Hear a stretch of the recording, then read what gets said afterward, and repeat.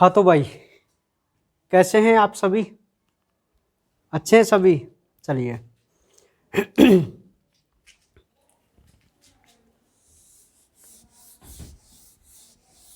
तो copy pen तैयार कर लीजिए भाई। आज तो मॉर्निंग से ही आप आराम कर रहे हैं, है ना?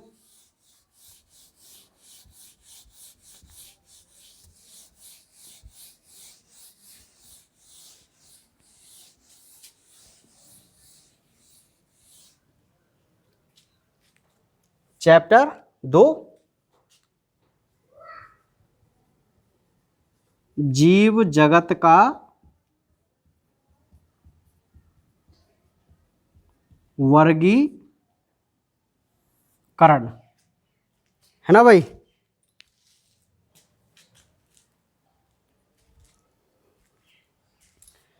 जीव जगत का वर्गीकरण, तो यही चैप्टर चल रहा था भाई अपना।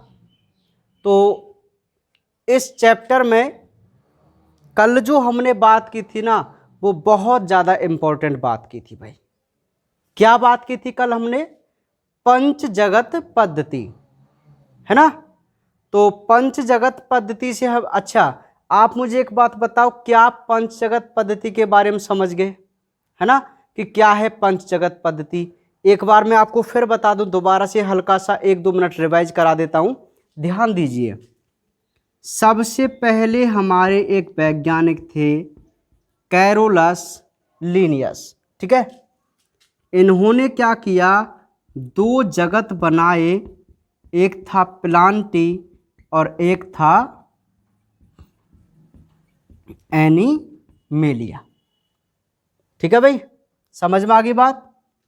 एक तो था प्लांटी और एक था एनिमेलिया।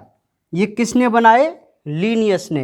इन्होंने क्या किया कि जिन जीवों में कोशिका भित्ति थी, सेल वॉल, उनको तो रखा प्लांटी जगत में, और जिनके पास सेल वॉल नहीं थी उनको रखा एनिमेलिया जगत में। ठीक है? तो सबसे पहले संसार में जब जीवों का वर्गीकरण जगत पद्धति से हुआ तो कैरोलस लीनियस ने इनका वर्गीकरण स्टार्ट किया। ठीक है भाई, समझ में आ रही मेरी बात? तो 2 जगत बनाई सबसे पहले। अब प्लांटी जो जगत था ना, इसमें उन सभी जीवों को रखा जिनमें सेल वॉल थी। तो सेल वॉल वाले जो जीव थे उनमें और भी कुछ असमानताएं थी। तो अगले जो और वैज्ञानिक थे उन्होंने इसी जगत में से असमानताओं वाले जीवों को और अलग कर नए नए और जगत बनाए। तो फिर उसके बाद आए हेकल। हेकल ने क्या किया? हेकल ने एक अलग जगत बनाया जिसको बोलते हैं प्रोटिस्टा। अर्नेस्ट हेकल थे, उन्होंने क्या देखा कि इस प्लांटी जगत में कुछ ऐसे जीव हैं जिनका शरीर एक कोशिका से बना है, जिन्हें हम एक कोशिकीय जीव कहते हैं, और कुछ ऐसे हैं जो बहुकोशिकीय हैं। तो केवल हेकल ने कोशिका के आधार पर इन जो जीव एक कोशिकीय थे उन सभी के लिए एक अलग जगत बनाया जिसे हम प्रोटिस्टा जगत कहते हैं। ठीक है? तो अब टोटल कितने जगत हो गए? 3 जगत। इसके बाद आए कॉपलैंड। कॉपलैंड ने क्या देखा कि भाई ये जो प्लांटी जगत है, अब एक बात जरा ध्यान से आप मेरी समझो, अब इस प्लांटी जगत में जितने भी जीव हैं क्या वो सभी बहुकोशिकीय हैं? एब्सोल्युटली बहुकोशिकीय जीव हैं, क्योंकि एक कोशिकीय जीवों को यहां से अलग करके प्रोटिस्टा जगत में रख दिया गया था। ठीक है? लेकिन यहां पे इन्होंने क्या और असमान जीव देखे? वो क्या देखे कि कुछ जीवों की कोशिका में स्पष्ट केंद्रक था, उनको तो बोला जाता है यूकैरियोटिक, और कुछ जीवों की कोशिका में केंद्रक नहीं था। समझ में आ गई बात? तो ऐसे जीवों को बोला गया प्रोकैरियोटिक। ठीक है? तो कॉपलैंड ने क्या किया कि भाई जो प्रोकैरियोटिक जीव हैं क्योंकि इनकी संख्या कम थी।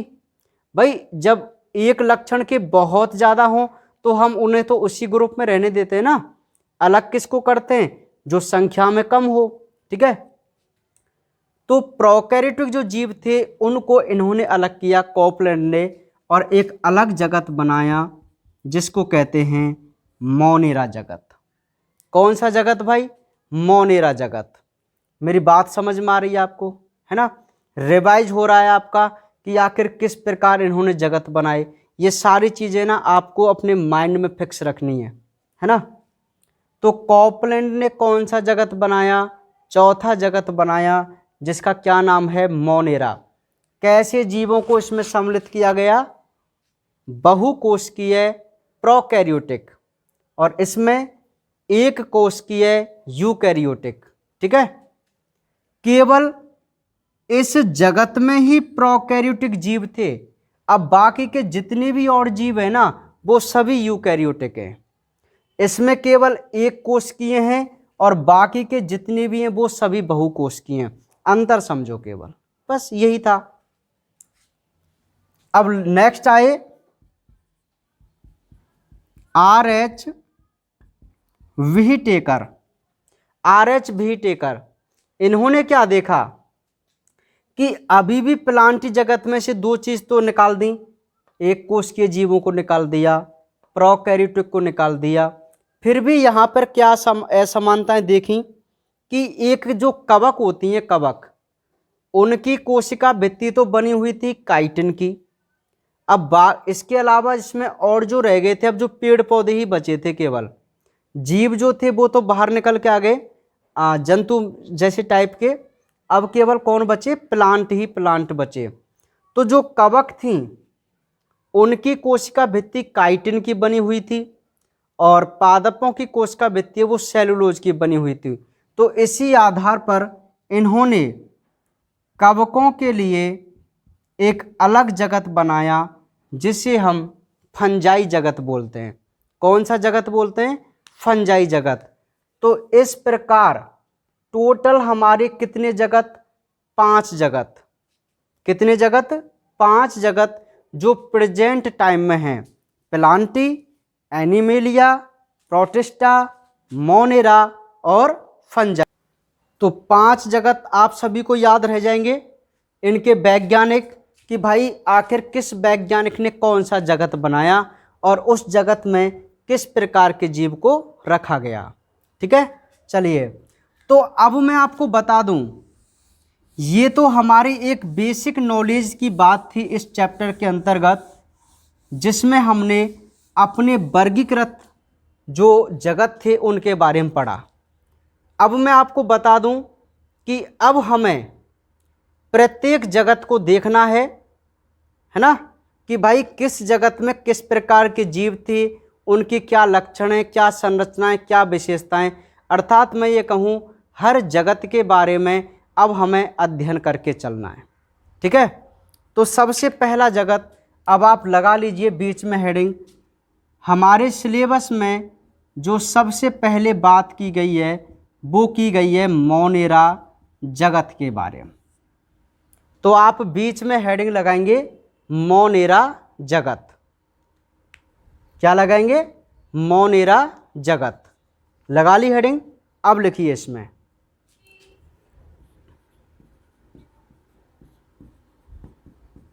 इस जगत में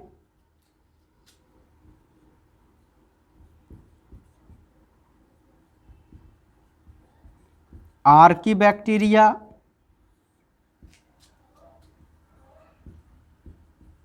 यूबैक्टीरिया,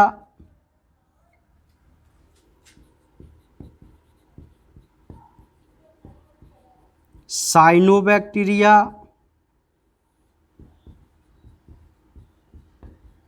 माइकोप्लाज्मा आदि, सम्मिलित मत करना, आते हैं, है ना। तो नंबर के हेडिंग लगाएंगे अब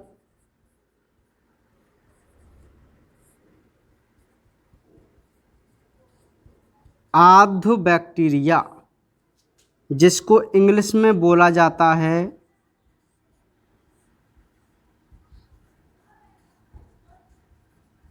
आर्की बैक्टीरिया। ये आर्ध आप लिखना जानते हैं क्या? द और ध का विद्यालय वाला ध है ये ना, आर्ध बैक्टीरिया, जिसको हम आर्की बैक्टीरिया कहते हैं। हेडिंग लगा लीजिए आप। मैं इसके बारे में आपको बताऊं, थोड़ी सी नॉलेज इसके बारे में मैं आपको दूं, तो सुनिए ध्यान से कि भाई जो हमारा मोनेरा जगत है, ध्यान से समझो, हम कौन से जगत की सबसे पहले बात कर रहे हैं? मोनेरा जगत की। तो मोनेरा जगत जो है उसमें आपको ओवरऑल क्या करना है कि इसमें प्रोकैरियोटिक जीवों को सम्मिलित किया गया, अर्थात जीवाणुओं को सम्मिलित किया गया, है ना।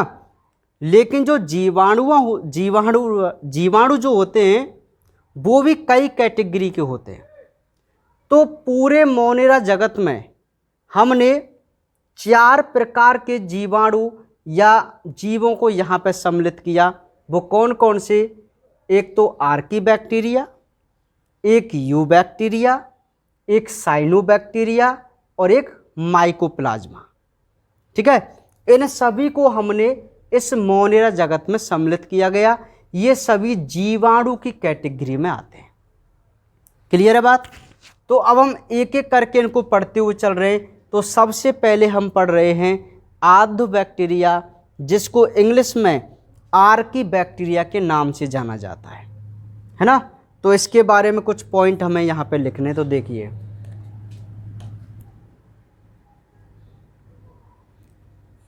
पॉइंट लिखते चलिए। इसमें सबसे प्राचीन जीवाणु आते हैं। नेक्स्ट, ये ऐसे वातावरण में रहते हैं जहाँ कोई अन्य जीव नहीं पनप सकता। नेक्स्ट, इनकी संरचना सरल होती है।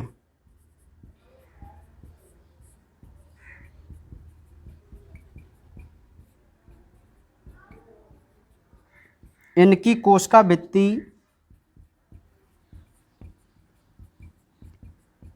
पॉलीसैकेराइड व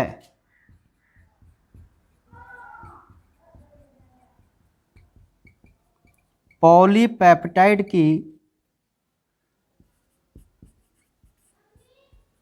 बनी होती है। ठीक है,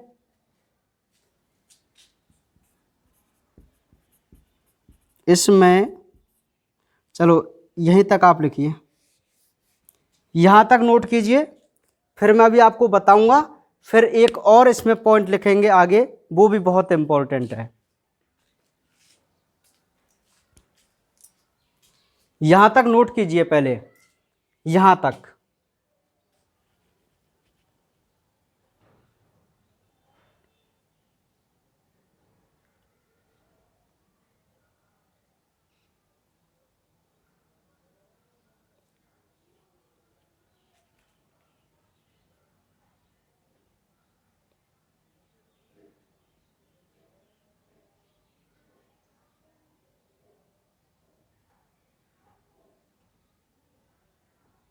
लिख लिया? सुनिए, ध्यान से समझो मेरी बात को।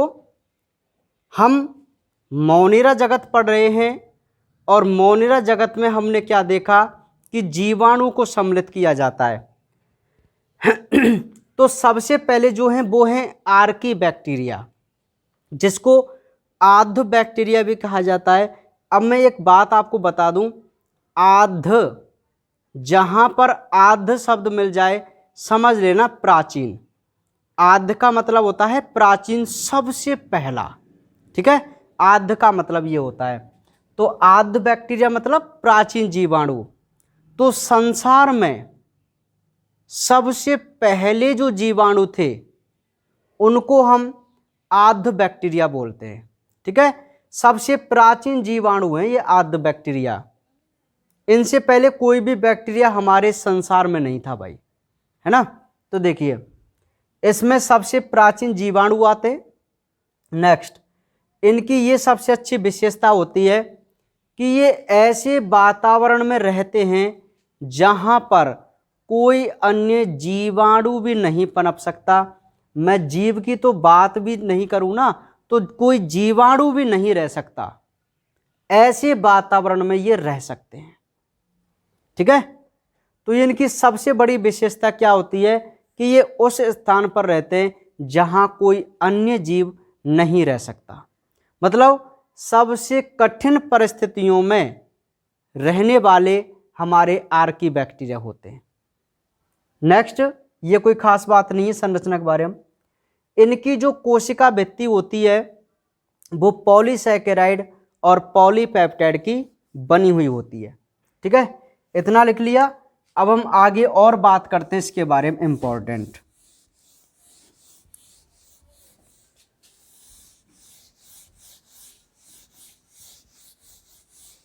लिख लिया। अभी आगे आप एक बड़ा एरो लगाइए इस प्रकार, ऐसे। अब लिखिए, इसमें 3 प्रकार के जीवाणु होते हैं। 3 प्रकार के जीवाणु। फिर आप नंबर ए हेडिंग लगाएंगे, मैथेनोजन। ये हेडिंग आप लगाओ, ये पहला जीवाणु है मैथेनोजन। ठीक है, लिखिए इसमें, ये जीवाणु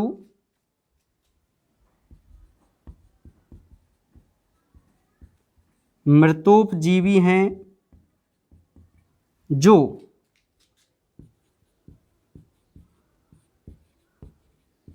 वाहित मल की CO2 को मैथेन गैस में बदलते हैं। मैथेन गैस में बदलते हैं। एग्जाम्पल, मेथेनोकोकस,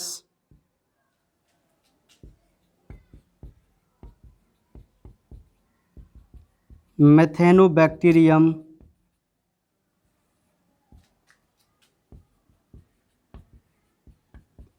रूमेनोकोकस। जानवरों के रूमन में, रूमन ब्रैकेट में लिखना है, जानवरों के रूमन में। ठीक है, रूमेनोकोकस।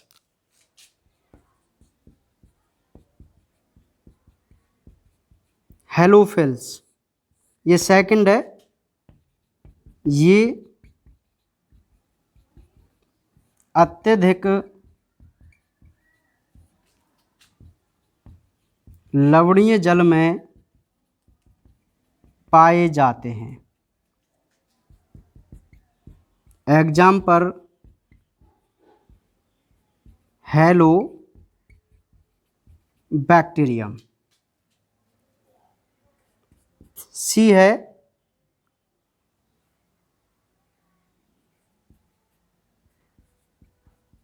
Thermo acidophil.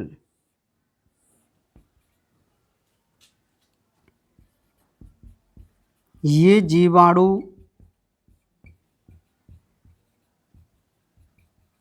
अत्यधिक तापमान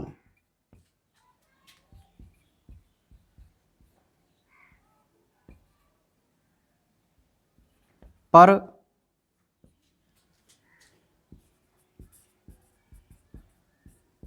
जीवित रहते हैं तथा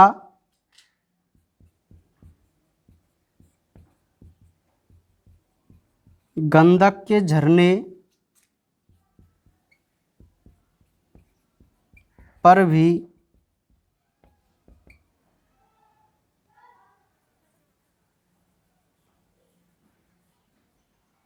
झरने में रहते हैं।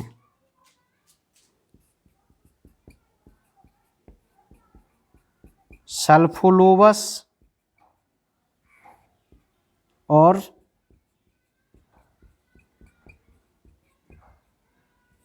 एसिडोफिल, या मैं इसको चलो ऐसे लिख लो। ये नोट कीजिए आप पहले, फिर मैं आपको इनका मैटर समझाता हूं कि ये क्या चीज़ है।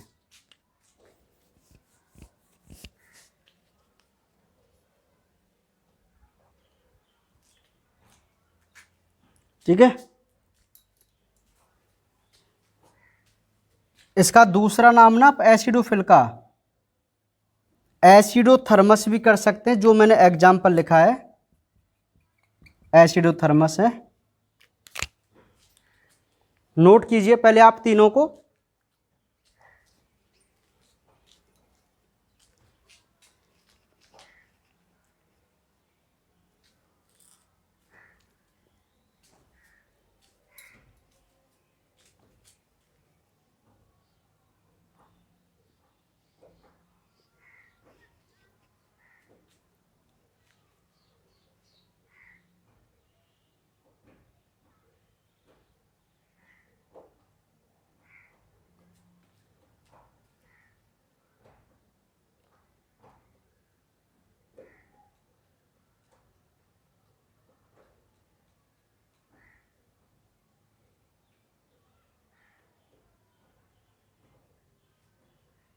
लिख लिया?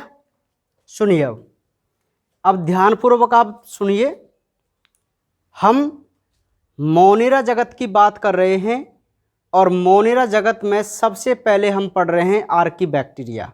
हम जानते हैं कि आर्कीबैक्टीरिया सबसे प्राचीनतम जीवाणु हैं हमारे इस पृथ्वी के, और वो ऐसे स्थान पर रहते हैं जहां कोई अन्य जीव नहीं रह सकता। ठीक है, तो हम बात कर रहे हैं कि आखिर किस किस को हम आर्कीबैक्टीरिया बोलते हैं। तो इसमें 3 प्रकार के जीवाणु सम्मिलित किए गए। सबसे पहला है मैथेनोजन जीवाणु। आपने नाम सुना होगा गोबर गैस का, बायोगैस का आपने नाम सुना है।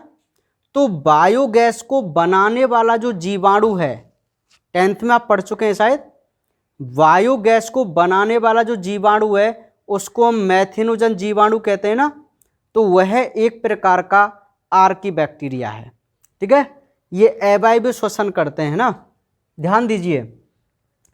तो मैथेनोजन क्या है? ये जीवाणु मृतोपजीवी है, अर्थात मरे हुए पदार्थों से अपना भोजन ग्रहण करता है। जो वाहित मल की CO2, वाहित मल क्या होता है? जो भी गटर का पानी होता है जिसमें हमारा कूड़ा कचरा जो भी है उसे हम वाहित मल बोलते हैं। वाहित मल की CO2 को किस में बदलता है? ये मैथेन गैस में। मैथेन गैस जो होती है वो हमारे चूल्हा जलाने के काम आती है ना। तो ये मैथेनोजन जीवाणु है। अब ये क्या है? इसके एग्जाम्पल जैसे मेथेनोकोकस जीवाणु है एक, मेथेनोबैक्टीरियम अलग जीवाणु है, रूमेनोकोकस अलग जीवाणु है। तो ये आप समझो रूमेनोकोकस। जानवर जो होते हैं, पशु का जो आमाशय होता है वह होता है रूमिनेंट आमाशय। हमारा आमाशय वो तो एक साधारण है, लेकिन पशुओं का जो आमाशय है वो रूमिनेंट आमाशय होता है। उनके आमाशय के 4 पार्ट होते हैं, जबकि हमारे आमाशय के 3 पार्ट होते हैं। तो एक अलग से उनके आमाशय का भाग है, उस भाग का नाम होता है रूमन। क्या नाम होता है? रूमन। तो उस भाग में ये जीवाणु पाया जाता है जहां पर उनका मल होता है, गोबर जिसको कहते हैं। तो ये रूमेनोकोकस इसके रूमन से इनके गोबर में बाहर निकलता है और उस गोबर में से CO2 को किस में बदल देता है? मैथेन में। और क्या बनाता है? बायोगैस बनाता है। ठीक है, तो ये जीवाणु है जो एक प्रकार का कैसा है, आर्की बैक्टीरिया। हेलोफिल्स, ये ऐसा जीवाणु है जो बहुत ही ज़्यादा लवणीय जल में, मतलब बहुत ज़्यादा खारे पानी में रहे, तो उसे हम हेलोफिल्स, जिसका एग्जाम्पल है हेलोबैक्टीरियम जीवाणु। तीसरा बहुत इंपॉर्टेंट है, दो आपके इंपॉर्टेंट है, मैथोजन और थर्मोएसिडोफिल्स। थर्मो का मतलब टेम्परेचर, एसिडो का मतलब अत्यधिक अम्लीय, सिंपल सी बात है। तो ऐसे जीवाणु जो बहुत ज़्यादा टेम्परेचर पर और सबसे कम पीएच पर भी जिंदे रह जाएं, उन्हें हम थर्मो एसिडोफिल जीवाणु बोलते हैं। नहीं आई बात समझ में आपको? थर्मो का मतलब होता है टेम्परेचर और एसिडो का मतलब होता है अम्लीय। तो एक सिंपल सी बात क्या हो गई, ऐसे जीवाणु जो सर्वाधिक टेम्परेचर पर, अब आप देखिए 80 डिग्री सेल्सियस और 100 डिग्री सेल्सियस, इतने टेम्परेचर पर भी ये जीवाणु आसानी से सरवाइव करते हैं। आप सोचिए, अब मैं पहले ही आपसे बता चुका था कि जहां कोई नहीं पनप सकता वहां ये जीवाणु आराम से मजे से रहते हैं। 100 डिग्री सेल्सियस पानी बॉयल होने लग जाता है, इतने टेम्परेचर पर उबलने लगता है। आप कल्पना कीजिए कि एक उबलते हुए पानी में भी ये जीवाणु नहीं मर सकता। ठीक है, तो समझ में आ रही मेरी बात? और जिनका बहुत कम पीएच हो पानी का, बहुत ज़्यादा, एक प्रकार से मैं कहूँ ना, एसिड में भी ये नहीं मरता, अम्ल में भी। तो आप देख लीजिए कितने खतरनाक ये जीवाणु है ना। ये हमारे बहुत काम का है थर्मोएसिडोफिल्स। आगे कभी टाइम मिलेगा जब मैं आपको बताऊंगा ये कैसे हमारे काम का है ना। तो थर्मोएसिडोफिल्स क्या होते हैं? जीवाणु जो अत्यधिक टेम्परेचर पर रहें और कम पीएच पर भी आसानी से रह जाएं। ये क्या है, हिमालय क्षेत्र के तरफ, हिमालय जो है वहाँ पर गंधक के गर्म झरने हैं, उन झरनों का जो टेम्परेचर है वो लगभग 100 डिग्री सेल्सियस रहता है। उन झरनों में ये ज़्यादा मात्रा में पाए जाते हैं। इसका एग्जाम्पल है सल्फोलोबस एसिडोथर्मस। ये जीवाणुओं के नाम है, ये उनके ग्रुप हैं। ठीक है भाई, तो इस प्रकार ये हमारा कंप्लीट है पहला जगत, जिसको हम मोनेरा जगत कह रहे हैं। कंप्लीट नहीं है, मोनेरा जगत का पहला भाग, पहला जीवाणु कंप्लीट है, जिसको हम आर्की बैक्टीरिया बोलते हैं, है ना भाई। तो आपको समझ में आ गया होगा कि आर्की बैक्टीरिया क्या है। आपको इसके एग्जाम्पल और थोड़ी सी बात याद रखनी है, बाकी और जो हैं उनके बारे में बात करते हैं कल। ठीक है, तो ढंग से इनके नोट्स लिख लिया करो और साथ साथ याद भी किया करो।